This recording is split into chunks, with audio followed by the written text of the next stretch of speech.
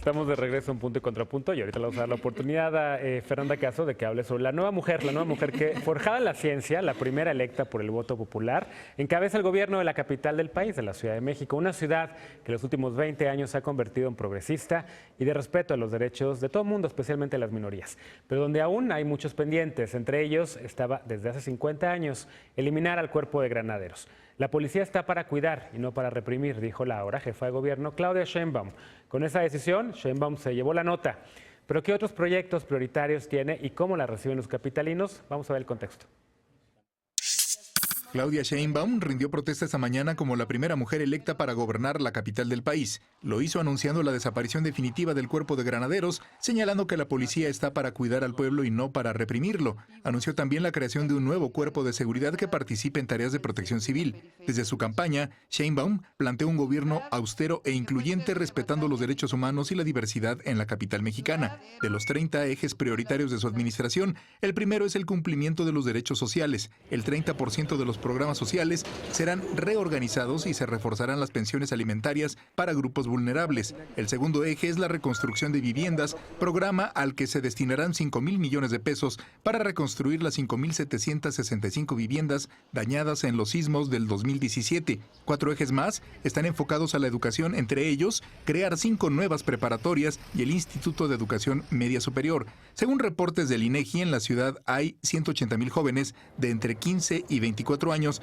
que no estudian ni trabajan. En cuanto al transporte público, una de las principales preocupaciones de los capitalinos, hay 5 ejes. Diariamente unas 5,500,000 personas utilizan el metro, el principal sistema de transporte de la ciudad, que opera con un excedente de 1 millón de usuarios. Se hará una inversión histórica al metro para construir una nueva línea y ampliar la línea 12, además de concluir el tren interurbano. También se plantean como prioritarios el turismo, la cultura y el respeto a los derechos de las minorías. Según una encuesta realizada por El Financiero, la inseguridad debe ser la principal prioridad de la nueva administración. Entre 2014 y 2017, los homicidios dolosos anuales aumentaron 45%, así como la presencia de grupos del narcotráfico en la ciudad. Sheinbaum presentó un plan de pacificación coordinado con el gobierno federal, pero sin presencia de la Guardia Nacional. Duplicará la red de cámaras del sistema C5, mejorará la iluminación en espacios públicos y se rediseñará el despliegue policial por cuadrantes, pero entre los 30 ejes no hay ninguno que se refiere específicamente al crimen organizado. Punto y contrapunto. Segundo tema de discusión. Fernanda Caso está muy entusiasta de hablar de la nueva jefa de gobierno. De hecho, la primera mujer que se electa por el voto popular. En Twitter había mucho esa confusión. Evidentemente, Rosario Robles fue jefa de gobierno, pero en sustitución de Cuauhtémoc Cárdenas, no fue electa, no fue votada. Claudia Sheinbaum sí es la primera, además la primera no católica, además la mujer que va a gobernar a la ciudad más grande de América Latina. Creo que hay mucha esperanza en torno a la figura de Claudia Sheinbaum y su gabinete. Vamos a escuchar primero los puntos de este lado y luego a ver si hay contrapuntos de este otro. Señor Guevara. Bueno, no solamente es la primera mujer que llega de mayoría, también es la primera mujer forjada en la ciencia, pero también en la izquierda. Y eso, la primera persona forjada en la ciencia y en la izquierda, porque los antiguos jefes de gobierno todos habían sido formados en otras experiencias. Ella viene del movimiento estudiantil, eso me parece también muy interesante. Y justo haciendo esta reivindicación del movimiento estudiantil es que determina la desaparición, por fin, a 50 años de la represión en Tlatelolco del cuerpo de granaderos. Yo creo que... O sea, tú eres entusiasta. Sí, yo veo mucho futuro en la ciudad, se va a recuperar la ciudad de la esperanza, pero además, hoy Andrés Manuel lo dijo, va a hacer un mejor papel que él en la Ciudad de México, porque son otras circunstancias. Dijo, me va a rebasar, ¿no? Y sin embargo, creo que tiene un tema muy complicado. Estos 6 años de impasse tan grises, tan pésimos que hicieron el gobierno de la Ciudad de México, generaron una burocracia sin rumbo que se acomodó, que además hay un tema sindical muy complicado. Ahí yo creo que va a ser el obstáculo más fuerte, poder reorientar esta burocracia para que sí cumplan con los objetivos de la Cuarta Transformación en la Ciudad Ciudad de México. Yo creo que en lo negativo está esa parte y en lo positivo hay una hoja de ruta muy clara que marcó el proceso constituyente. Y ahí en esta hoja de ruta, junto con el proyecto alternativo de nación, podrán ser la punta de lanza de esta cuarta transformación nacional. La Ciudad de México creo que va a generar elementos muy positivos de política pública. Entonces estoy muy optimista porque además los perfiles que tiene la doctora al frente de las dependencias dan mucha esperanza. A ver, Fer Caso, ya bajo el riesgo de que te digan que ahora te vas a Morena. No. Bienvenido. No.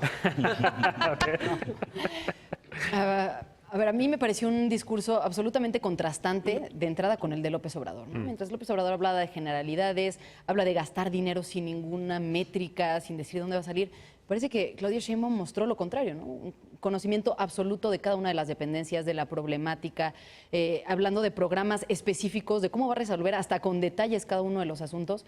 Creo que con una idea de ciudad muy clara, de hacia dónde quiere llevar la Ciudad de México. A diferencia de EDER, creo que sí refleja la continuación de un proyecto, no el proyecto de Mancera, pero sí el proyecto de Marcelo Ebrard, ¿no? Veo muchos tintes ahí muy claros de lo que sería una continuación, particularmente en 4 ejes, ¿no? En el tema de derechos sociales, ¿no? Habló claramente de mantener ciertos derechos de procreación, derechos de parejas homosexuales, ¿no? En los que la Ciudad de México es punta de lanza.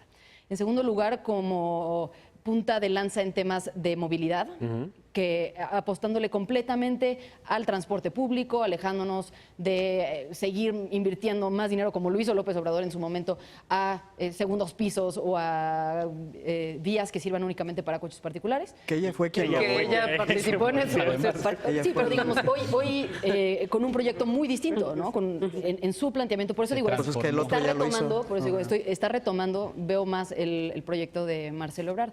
En tercer lugar, en el tema de seguridad, creo que la cancelación de los granaderos tiene un efecto simbólico importante, que creo que la decisión de que la policía no reprima a los ciudadanos no depende de que exista o no un cuerpo de granaderos, sino de que quien esté a la cabeza no quiera hacerlo. Y creo que ella tiene una convicción profunda de no represión y creo que esto es un buen símbolo. Finalmente los va a eres fan también. A ver, no me puedo... ¿Te está gustando el proyecto? Hay que ver la ejecución, ¿no? Creo que con cualquier gobernante, pues esa es su única métrica. De entrada, el plan me gusta. Y finalmente, con el tema de la cultura, que va a duplicar el presupuesto de cultura. Me parece una gran noticia que no se escucha seguido y que incluso a nivel federal vemos a Paco Ignacio Taibo II peleándose para que lo regresen al presupuesto de 2012, ¿no? El presupuesto que consiguió Consuelo Sáizar. Que consiguió Consuelo Sáizar y que bajó muchísimo durante los últimos años. Ahora, a ver, antes de pasar a los contrapuntos, aquí un contrapunto. Yo creo que va a ser muy interesante ver ahora la ausencia de una caja de resonancia de oposición en la Ciudad de México, porque por primera vez coinciden presidente y jefa de gobierno del mismo partido. Desde el 97 no había ocurrido. Con Mancera lo perdimos, precisamente por eso se desploma tanto el PRD, creo, por el hecho de haber sido un aplaudidor de las reformas de Peña Nieto. La Ciudad de México dejó, después de Marcelo Ebrard, de ser esa caja de resonancia de la oposición, y hoy en día se abre un panorama interesante, ¿no? ¿Quién va a ser la oposición ahora? Los gobernadores Alfaro, Corral, ¿quién? ¿No? Yo creo que sí necesitamos una figura fuerte de oposición, eso me preocupa. Contrapunto más. Bueno, yo te diría que creo que justo en el detalle y en el hecho de que Claudia se desenmarca un poquito de la tendencia de lo que viene haciendo la cuarta transformación en lo federal y ella pone agenda suya, hay una esperanza de que ella siga siendo un contrapeso fuerte a la voz de Andrés Manuel, sobre todo porque la Ciudad de México es una metrópoli que demanda mucho, que tiene muchas expectativas y que además requiere cambios rápidos, prontos, expeditos, relativamente bien implementados. Es una sociedad muy exigente en ese sentido, que está muy desilusionada de la administración de Mancera, ¿no? Lo vimos en los índices de aprobación de Mancera, que salió por la puerta de atrás, con la peor desaprobación. Yo me quiero concentrar un poquito en dos cosas. La primera, en cuáles fueron, digamos, los puntos flacos de Claudia Sheinbaum como funcionaria del gobierno de la Ciudad de México cuando fue funcionaria de Andrés Manuel o cuando fue titular de la delegación Tlalpan. ¿No? Que tuvo que ver, uno, pues con que ella fue la orquestadora, bueno, la que le tocó implementar más bien, para ser justos, el tema de los segundos pisos, que ahora reconoce, pues es la estrategia de movilidad equivocada, porque claramente fue regresiva en términos económicos, fue beneficiar en realidad a las poblaciones más adineradas, fue beneficiar a la empresa privada que se hizo cargo de la concesión de las autopistas, el auto, etc. ¿No? Y segundo, pues cuando fue delegada de Tlalpan, tuvo una respuesta relativamente insuficiente, vamos a clasificarla así, en los términos de las inundaciones, de los desastres naturales, particularmente en su respuesta directa a las colonias cuando las grandes inundaciones de Tlalpan, y pues el tema del terremoto, ¿no? A ella le tocó gestionar gran parte del tema del fracaso del Repsamen, de todas estas cosas, de saber si la autoridad tenía o no registros fidedignos sobre las construcciones ilegales, y eso lo ligo con los retos de esta ciudad. Llega con una ciudad que está plagada de corrupción inmobiliaria, con una burbuja que no quiere reventar, se niega a reventar, y eso genera en sí mismo problemas de exclusión, de marginación, de discriminación y de gran desigualdad, ¿no? Lo ponía hoy una nota del País que decía, hay sectores en esta Ciudad de México que tienen niveles de calidad de vida de Alemania versus zonas que lo tienen de República del Congo, ¿no? Esas grandes disparidades le tocan a Claudia, le toca una ciudad que tiene que enfrentar ya en el largo plazo la crisis hídrica, ¿no? El tema de suministro de agua, que no es menor, que es una inversión muy importante, que son cosas que no necesariamente se ven en el corto plazo y que vencerían estas retóricas de inmediatez o de cosas que visten muchísimo, como el tema de abrir el Autódromo Hermanos Rodríguez, duplicar los temas de cultura, pero que quizás son más importantes o prioritarios, y habría que abordarlos bien. Y por supuesto, pues todo el tema de atender a 9 millones de almas en una metrópoli que requiere coordinación con varios estados de la República, particularmente con el Estado de México, que está en manos del PRI, aunque el Congreso es mayoritariamente moreno. Ojalá tuviéramos ahí unos mecanismos interesantes de mejor coordinación. Llega con todo el poder además, ¿no? A ver, Lecona, nos te quedan 2 minutos de este bloque. Lecona, esto han sido monólogos, ahora no han discutido, la verdad. Bueno, es que ya rompió, por lo menos dice un poco la conferencia de prensa colectiva. Por cierto, ahora va a acompañar Claudia Andrés Manuel todas las mañanas en sus Las conferencias. conferencias de prensa, eso no lo había registrado. Sí, por ahí, bueno, a lo mejor es una paparrucha, hay que confirmarlo. Si ustedes dicen que... No repitas información sin confirmar. Si ustedes dicen que ya hasta la destapó, ¿no? Prácticamente hoy. Bueno, yo no me voy a centrar tanto en eso. Un minuto para decir que hace poco yo tuve una conferencia, un encuentro, una plática muy interesante con policías de la Ciudad de México, unos 300 policías, a quienes yo había conocido de una forma pues muy desafortunada, por decirlo de alguna manera, encapsulado por el Cuerpo de Granaderos. Desde 2012, desde el 1 de diciembre de 2012 nos dimos cuenta, mi generación, el Yo Soy 132, de cómo se usaba el Cuerpo de Granaderos en contra del movimiento estudiantil y de los movimientos. Nos dimos cuenta que esta era una estrategia que venía desde Andrés Manuel. El famoso artículo 362 de ataques a la paz pública fue publicado, aprobado en el sexenio de Andrés Manuel López Obrador como jefe de gobierno.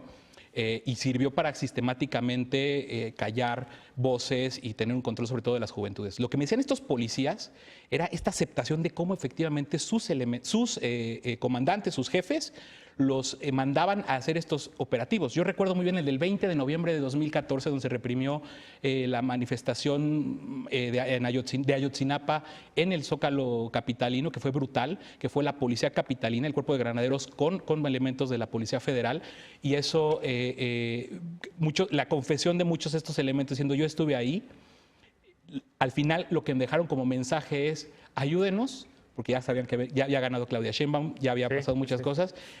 Y una petición muy específica, que yo sé que Claudia no se pierde este programa, que es que busque las formas de hablar en privado y en confianza con estos policías, porque hay demasiada corrupción que no se acaba ni eliminando el Cuerpo de Granaderos ni con otras medidas que pueden ser insuficientes. Bueno, te llevaste un minutote de este bloque. Si quieres, regresando, cuando hablemos de corrupción, podemos retomar un poquito el tema de Claudia Sheinbaum. Vamos a regresar después de la pausa con el país que recibe López Obrador en materia de corrupción.